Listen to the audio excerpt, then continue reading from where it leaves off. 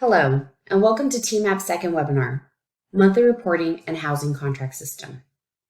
This webinar will provide information and guidance on monthly reporting requirements and the housing contract system. My name is Lauren Robbie, and I am a TEMAP Program Coordinator. This webinar also includes Erica Garza, the CDBG Cares Program Manager, and Katie Wilkeson, another TEMAP Program Coordinator. Before we start, here are a few housekeeping rules for the live webinar. First, the webinar slides and recording from today will be posted online at our webpage. Also, we ask that you please use the questions field, not chat, in the right-hand section of your screen to ask questions to the presenters. Lastly, we will also have a questions and answer session at the end to answer any questions that have been asked during the webinar.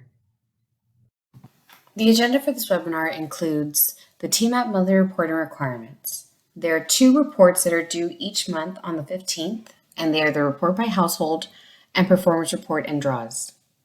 The second topic that we will discuss is a housing contract system, also referred to as HCS. Lastly, we will have a Q&A session and answer questions that anyone may have asked during this presentation. In this section, we will go over the TEMAP monthly reporting requirements. There are two TEMAP monthly reports that are due by the 15th of each month. For July's report, please submit by July 31st. Furthermore, these reports track different things and are used for different purposes. The first report is called Report by Household. This report will capture household level data through an Excel spreadsheet document that will need to be submitted via Smartsheet form. Furthermore, this report includes a tracking log for months of assistance for each household. The monthly report by household does not track all info needed for the performance report. It tracks information by household, not persons, and it may include duplicated households who do not need to be included in the performance report after they are first reported. The second report is a performance report. This report is a monthly aggregate performance report to be entered in the housing contract system.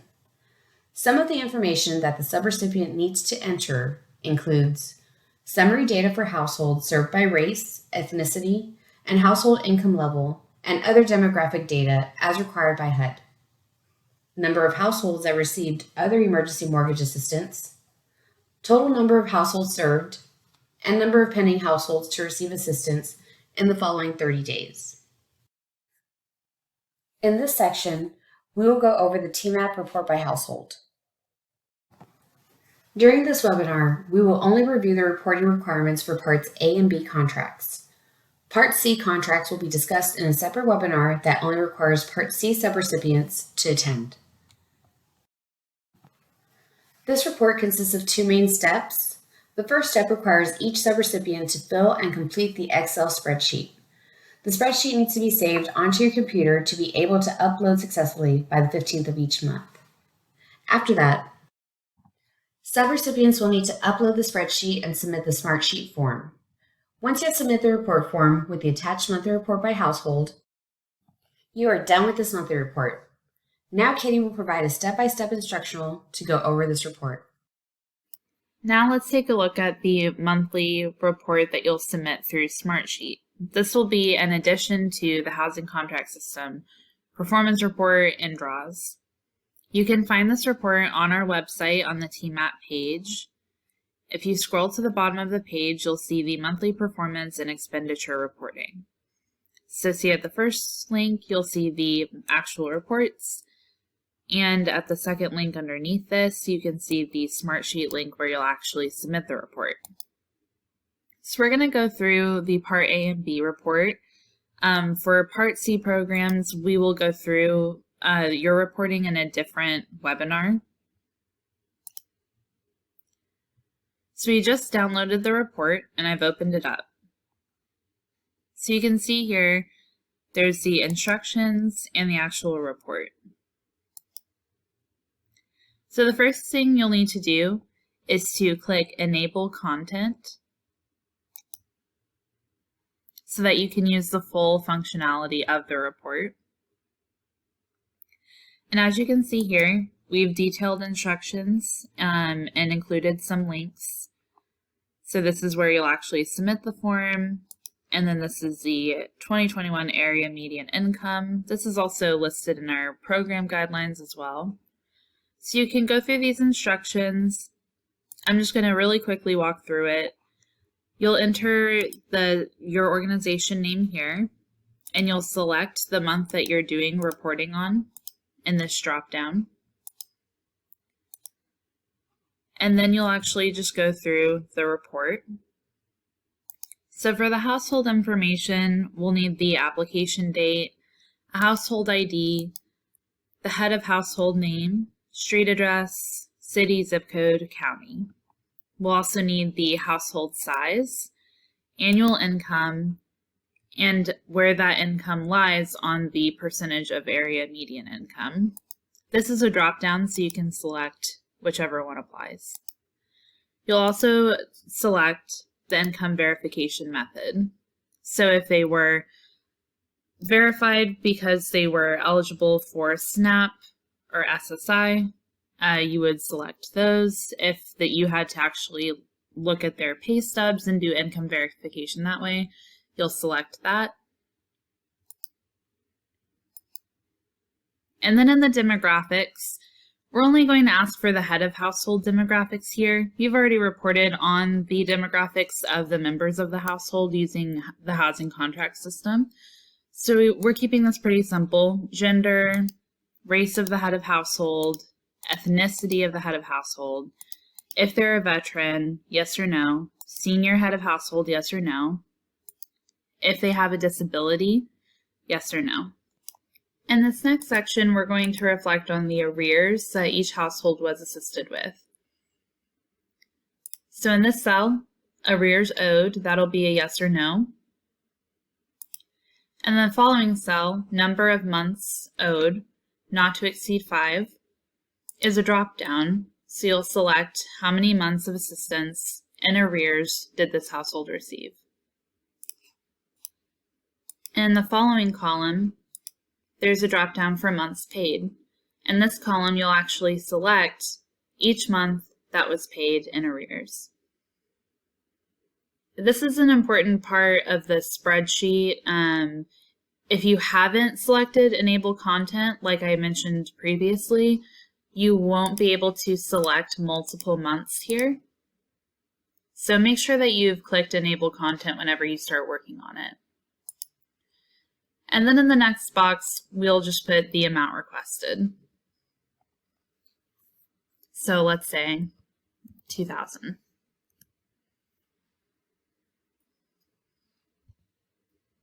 So in this last section, we're just talking about current or future months requested. Current future months requested, yes or no. Of course, we have to pay at least one. This will be a number of months that you assisted with, current or future. And you'll see that it cannot exceed 6 when combined with the arrears section. And similar to the last section, you'll select the actual months paid.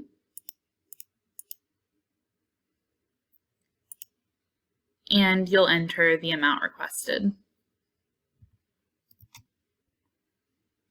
Then you can see in this last column, you're going to get a total assistance for the household.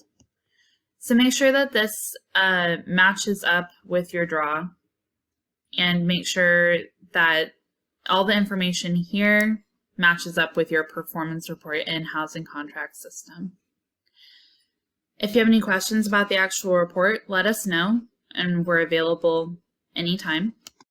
Now that we've completed our monthly household report, I'm just going to show you how to submit it.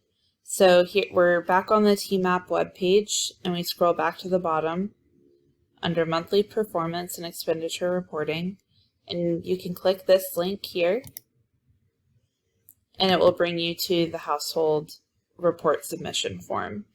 So you'll just complete the submission date and choose your organization name under this drop-down. Enter your contact name, so whoever's completed the report, your information should be here. Your title, department, email and phone, and then you'll select the reporting month and year. Then you'll upload your report, click Send me a copy of my responses, and submit. You'll receive a confirmation email from Smartsheet that you submitted the form. In this section, we will go over the second report, which is a performance report and monthly draws. Furthermore, this section will discuss the reporting requirements for all subrecipients. This includes Parts A, B, and C contracts. This report will need to be submitted in the housing contract system by the 15th of each month. But for July's report, please submit by July 31st. There are two main components that must be completed to correctly submit this report. Let's go over them. The first step requires a subrecipient to enter the monthly performance report data and then submit the project draw for that month. The second step requires the subrecipients to submit their monthly admin draw. Remember, once your organization has drawn 40% of their admin funds, TDHCA will not reimburse admin costs at a rate that is 20% higher than the expended project funds. For your reference, this slide provides subrecipients with an administration draw limit calculator. Once the admin draw has been submitted, you have completed the performance report for that respective month. I would also like to highlight that the demographics reporting section for the performance report can be found on the homeowner application in sections E and I. Now we're going to go over how to do the actual project draw for the contract. This will be separate from the admin draw request. So for your admin draw, you went to this under the table draw request link. That is only for the admin draw. In order to report your mortgage assistance payments, you'll need to go to the top right-hand corner and click Activities for this contract. So we've gone to Activities, and now your activity is listed for the contract, and you just click into this link when you get to this page. And it brings you to the page that is for the actual contract activity of mortgage assistance. And you can see that it has your budget here, and it also tracks how much you've drawn. So once we have actually drawn funds, it'll track it here. In order to get to the draw request, you'll see under this little budget table, draw requests. Be sure to click this. And here it keeps track of every draw that you've submitted or that you've created, even if you haven't submitted it yet. So as you can see, I've created 2 draws here, and they're both pending. In order to be actually submitted into the department, you have to click Submit for approval, which we'll go over. But this is a good way to check to make sure that you've actually submitted it. So for these, they haven't been submitted. So if you ever see this, just make sure you go back into the draw and submit the draw for approval. But for this situation, we're going to go ahead and create a new draw.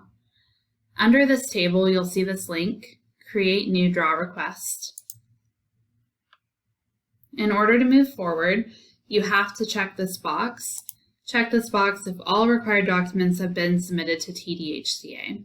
Go ahead and check it, and we'll move forward with the service dates. For your first report, your service dates are going to be June 15th to June 30th. June 15th is when all of the contracts were active, and your service time period will always go to the end of the month. So for example, next month will be a normal month. It'll be the entire month of July. Next month will be July 1st to July 31st. But for the purposes of this, let's stick with our first draw, which is June 15th to June 30th. And then you'll need to hit Save. And then we're in the draw request. You can make sure you're in the right place because in the center of your screen here, it'll say Activity Draw. If it says Admin Draw, then you know that you are in the Admin Draw. So here, the first thing you'll want to do is go to the performance report. The performance report can be found right here.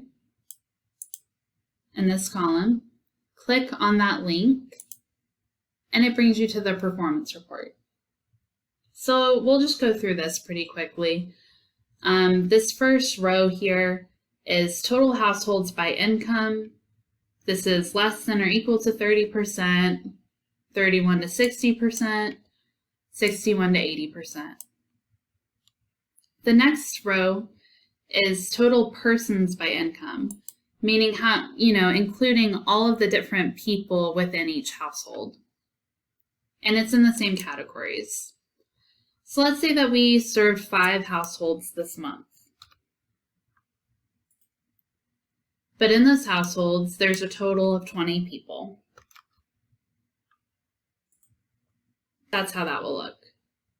In the next row, it's number of households to receive mortgage assistance in the next 30 days. So let's say those 5 households were served, but only 2 of them are getting assistance for July, for example. And then in this next column here, you'll reflect the number of ineligible households. So this would be people that came in or called or corresponded with you in some way and ended up not being eligible. So let's say that there were 10 households that were ineligible. Hopefully it won't be that many. Okay, so this part is complete. Now we need to get the demographic information for the unduplicated persons, meaning that that's the 20 people that we served here. So in this column, we're going to record race, and in this column, we're recording ethnicity. So the best way to explain this is through examples. So let's say that we had 10 Black African American clients and 10 white clients. So in the next column over, you can see that the options here are how many Hispanic or Latino Black African American clients did you have?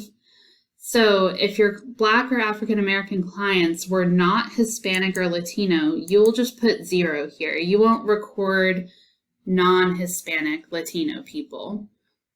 So for the purposes of this example, let's say that we had 4 clients that were Hispanic, Latino, Black, African American. And then in the next row here, we have white clients. So for the purposes here, let's say that we had 6 Hispanic, Latino, white clients. That would mean that there's 4 white clients who are non-Hispanic or Latino, and 6 Black or African American clients who are non-Hispanic or Latino. So just make sure that that's consistent with the information that they've completed previously through the application process, and you'll be fine. Just know that these columns won't add up because we're not recording non-Hispanic. And the next column will record gender.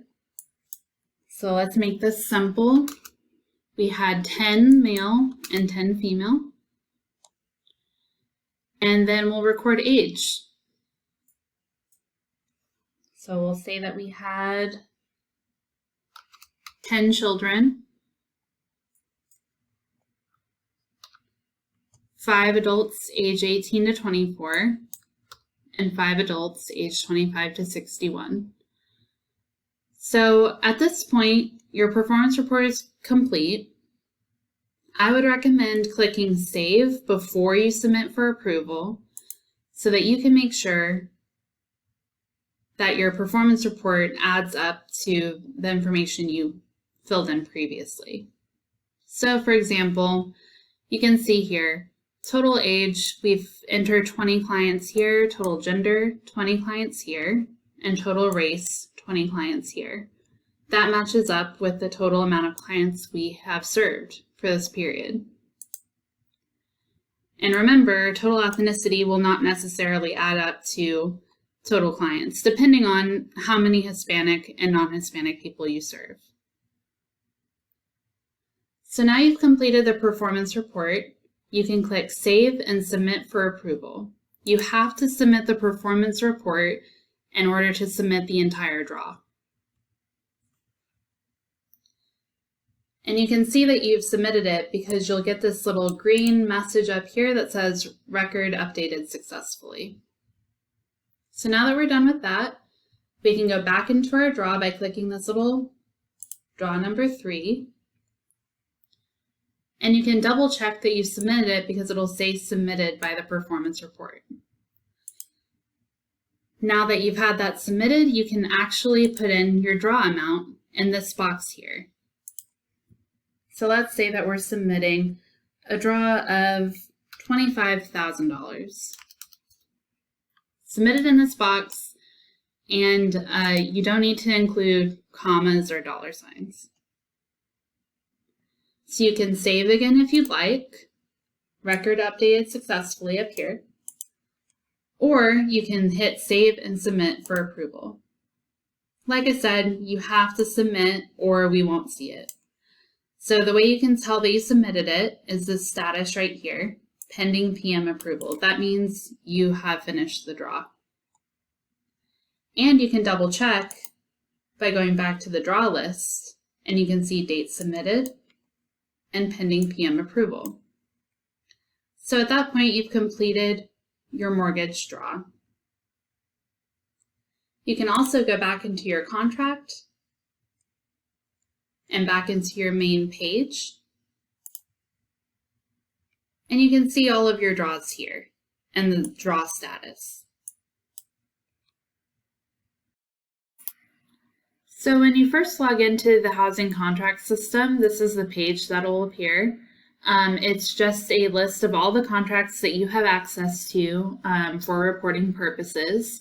And as you can see here, there's a brief summary of each one. For me as a user, I only have access to this contract. And to actually get into the contract, you'll just click the link of the contract number. So now we're in the actual contract, and you can see we have more details here. We have the admin and the project, contact information, the executor, and you can also click this attachments link to see your physical contract. We'll also upload your direct deposit and your TEN form as well in that area. So within the contract, I want to go ahead and show you guys how to do an admin draw request. So you'll just go to the bottom right-hand corner here where it says draw request. It'll be under your budget table. So go ahead and click that. And you have two options on draw request for admin: create new draw request or create final draw request. We will cover this when we get to it, but for now we're just creating a new draw request. In order to do a draw request in HCS, you need to click this box every single time. It says check this box if all the required documents have been submitted. So all the required documents will be submitted. In this draw, you do not need to submit any documents into HCS. So just check it. And then in the services rendered from, let's just do for June. So this will be the draw that you're doing this month. The contracts were active June 15th, and you'll just choose June 15th to the end of the month, June 30th. It is a partial month normally, and for next month, you'll choose an entire month. So next month will be July 1st to July 31st. But for this, we'll stick with the June 15th to June 30th.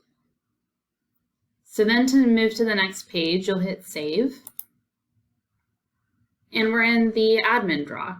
And you can always make sure that you're actually drawing admin from the title right here, admin draw. So let's say for this admin draw, it's your first admin draw.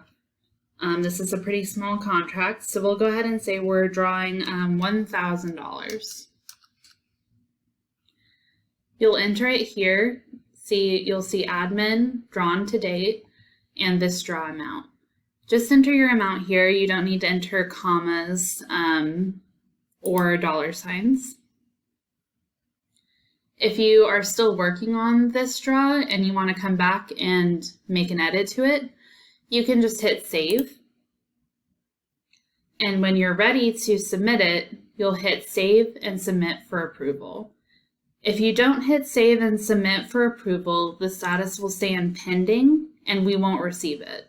So make sure to hit save and submit for approval. You can check that you did that after you click it. The status here will say pending PM approval. That just means you submitted it and it's on its way to us. And that's how you do an admin draw. So you can go back to your draw list and you can see the draw that you just completed here. And the status will change once it's approved, once it's moved to accounting, and once it's actually active. Then you can return to your contract to move on to the next step. We wanted to briefly go over some of the resources that are posted on our webpage.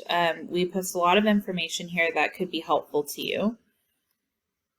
So just going down the page, some information here about the second round of funding that we've released. We've just released a NOFA for the following counties that are listed here in this table. So spread the word. We're actively accepting applications through August 6th for this. If anyone has any questions, please feel free to reach out. But you can view our NOFA here. We also listed mortgage assistance providers, contact information, and service areas in a couple of different ways. We have it here on this smart sheet. And the smart sheet can be used by homeowners, but it can also be used by service providers. So if you do have a homeowner who comes in and say they're not in your service area, you don't have to just turn them away. You can tell them exactly who to call using the spreadsheet. So the service area is on the left and the contact information is on the right. In addition to the spreadsheet, we also have a spreadsheet that Lauren made that is an actual lookup function where the homeowner can actually type in their county. Here is that spreadsheet. They can actually type in their county up here and then hit enter. And immediately the contact information and information on how to apply for that county pops up below.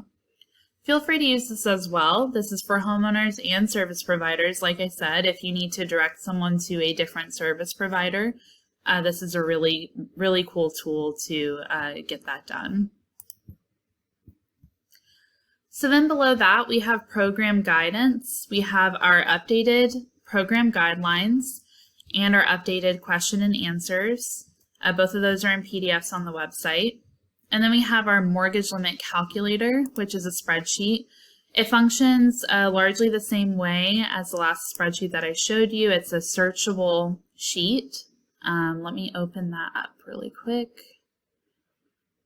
So here you can see the mortgage limit calculator. This will work using zip codes. So you can search your zip code. And you can find, based on the fair market and small area fair market rent, what the maximum allowable mortgage is per the size of the home. So just to, as a reminder, this program allows 150% of the fair market or small area fair market rent. So for this zip code, this would be the maximum allowable mortgage payment in the program. So you can use this spreadsheet anytime you're checking eligibility for a homeowner. So now to go back to the website,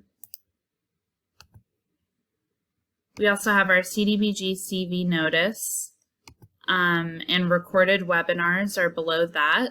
So for example, this webinar will be posted here. We have the actual recording and the slides, which we also try to send out slides beforehand as well. but they're always going to be listed here.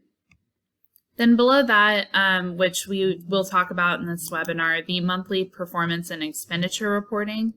We have the monthly report by household for parts A and B, and the monthly report by household for part C. These are different reports. You should only use parts A and B if that is your program part, and for part C as well. Only use that if you are part C. And you'll submit it by clicking here to get to the Smartsheet submission form. Below that, we have a link to the housing contract system, as well as our user guide on instructions on how to submit your draw, and the Max Admin Draw Calculator, which is a spreadsheet, and we will go over that in a little bit more detail. So that is essentially our web page here. We're always updating it with new information and always sending out emails whenever we've posted something new that you might want to review. The most common one is when we need to update our guidelines or update the Q&A. You'll receive an email about that so that you can click on our website and take a look at it. Now we will discuss current TEMAP updates and reminders. A contract amendment will be sent out to the cities and counties that are TEMAP subrecipients. Expenditure levels will need to be at 20% by September 2021, which is the 4th month of this program. And 100% of this contract funds must be expended by the final report or budget request. Here's a link to access the current HUD income limits. Remember, the income limit must be at or below the 80% AMI for the area being served. The TEMAP Forms webpage link will also be provided to the subrecipients via email and is only for subrecipients' use. All forms and translations will be available at this TEMAP Forms webpage for subrecipients only. The translations include Spanish, Vietnamese, French, and other languages. Lastly, the TEMAP webpage will update the FAQs to include today's webinar questions and answers. Here's the TEMAP program team's contact information. Each organization should already know who your TEMAP representative is. If not, you can email us to find out. Now we will move on to Q&A session for this webinar.